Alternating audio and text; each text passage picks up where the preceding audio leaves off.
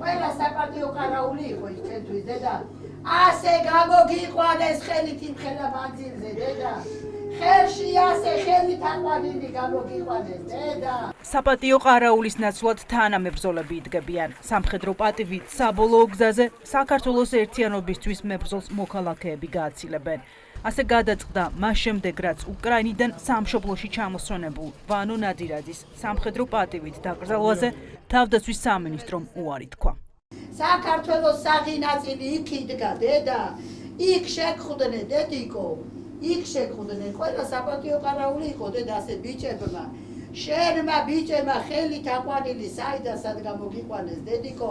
ხელით ადატავებული გამოგიყვანეს დედი. ეგ დაუვიწყარი ესეთი რამე არავის გაუკეთებია. დედისთვის ქართული ოცნების გადაწყვეტილება მეასე ხარისხოვანია, რისიც ყველაზე მეტად ეშინოდა ის უკვე მოხდა. შიში რომ ომში მყოფი შვილი მის სატელეფონო ზარს აღარ უპასუხებდა, ცხადად ექცა. როგორ ხარ დე? და თუ დამიწერდა წერილს რომ კარგად ვარ და არა ხმოვანი ვერ ვიჯერებდი უკვე რომ ხმა გამეგო. თუ ხმოვანი დამენახე, ამას ვეუბნეოდი. დამენახე და ვერ ჩერდებოდი. დაჰაო დამენახვებოდა მერე. ენაცვალოს დედიკო. დამენახე დედი. შემოვიდა დედი, კარგად ვარ. არი ნერვული ოღონდ არ შემაწუხო, მითხრა, ეხლა მე ძალიან დაღლილი ვარ და უნდა დავიძინოო დედი.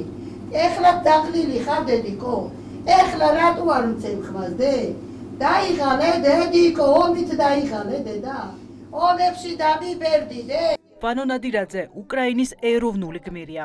საქართველოს ტერიტორიების მთლიანობისთვის მებრძოლი, თავდაცვის სამინისტროს ვიცე-პოლკოვნიკი 11 წლის განმავლობაში უკრაინაში რუსი ოკუპანტების წინააღმდეგ იბრძოდა. გარდაცვლილ ჯარისკაცს ქართული ოცნების თავდაცვის სამინისტრომ აეროპორტში საპატიო ყარაული არ დაახვედრა. ვანო ნადირაძის ცხედარს მეგობრები და თანამებრძოლები მიასვენებდნენ. ქართველი მეომრისთვის პატივის მისაგებად პროცესიას რიგითი მოქალაქეები მიუყვებოდნენ. ესეთი რამე არავისთვის გაუკეთებიათ დედიკო. ტაშის გრიალით მიგაცილებდნენ გენაცვალოს დედა. ტაშის გრიალით მიგაცილებდნენ. თბილისის საერთაშორისო აეროპორტში შეკრებილები გაოგნებას ვერ მალავდნენ, როდესაც თავდაცვის სამინისტროს გადაწყვეტილება ნახეს.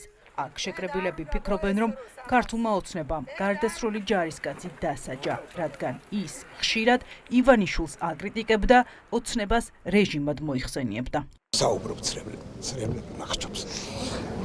კაცი, ნამდვილი მეომარი. ეს იყო მეომარი. ეს შტაბში მჯდომი ადამიანი კი არ იყო. ყველა კონფლიქტი, რაც საქართველოს ჭირდებოდა, ყველა კონფლიქტი, რაც უკრაინას ჭირდებოდა, ჩვენ ძმეს ყველგან მიიღო მონაწილეობა. და დღეს რა? თუმცა არ მიგვეს. ჩვენთან არის რუსული მთავრობა. და რუსული მთავრობა არ დაუშვებს იმას, რომ ესეთ გმირს, როგორც ვანო ნადირაძე არის, იყო არა არის, რომ საპატიო ყარაული დაახვედრო. მე მინდა მიუსამძიმრო, რა თქმა უნდა, პირველ რიგში ოჯახს, მის მეგობრებს, ჩემს თავს და ყველა იმ ადამიანს, ვინც პატივს სცემდა და ვინც იცოდა, რას ნიშნავდა ვანო ნადირაძეს ღვაწლი იქ ყოფნის პერიოდში. და ის რაც დღეს ვიხილეთ, დღეს აგერ ლასარეს ტერმინალში, ეს არის სამარცხვინო ფაქტი. ეს არის, შეფასებაც არ შემიძლია, ვერ ვაფასებ, რა შეიძლება დავარქვა ამას. ფაქტობრივად შური იძია ხელისუფლება ვანო ნადირაძეზე. ყველა ჯარისკაცის ჩამოსვენებაზე ვარ თითქმის აქ ნამყოფი და მსგავსი ფაქტი არ მახსენდება. უბრალოდ ყველა ადამიანი დაფიქრდეს, უკრაინის ახალ გმირის წოდება აქვს მართლა თითზე ჩამოსასვლელ ადამიანებს. ერთ-ერთი იყო ვანო ნადირაძე და ასეთ ადამიანს დღეს უარი საპატიო ყარაულზე იმ ქვეყანაში, რომლისთვისაც სამ დეკადაზე მეტი ფორმა ეცოდა და თავის ხელით ვერ გაიხადა.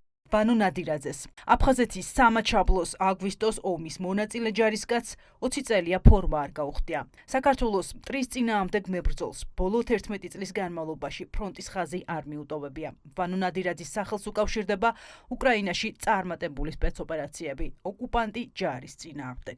საქართველოს სახელით იცავდა ორი ქვეყნის თავისუფლებას, პროფესიონალი თავის საქმეში, მაგარი ხელმძღვანელი, მაგარი მეთაური, ადამიანი, რომელიც ბრძოლაში რო შევდიოდით, შედიოდა პირველი და რო გამოდიოდა ყველაზე ბოლო. საქართველოს ხელისუფლება.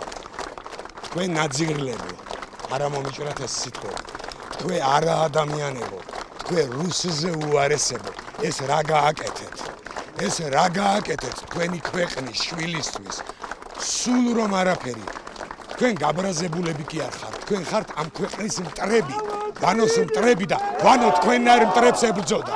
ქართველი მეომარი სამშობლოში დაბრუნებას 11 წელი ნატრობდა. ვერ ჩამოდიოდა, რადგან ქართული ოცნება დაჭერით ემუქრებოდა. მასზე ნადირობა ჰქონდა გამოცხადებული ოკუპანტ რუსეთსაც. ნატრა გუშინ აუხდა, როცა მისი ცხედარი თანამებრძოლებმა ქართულ მიწაზე დაასვენეს.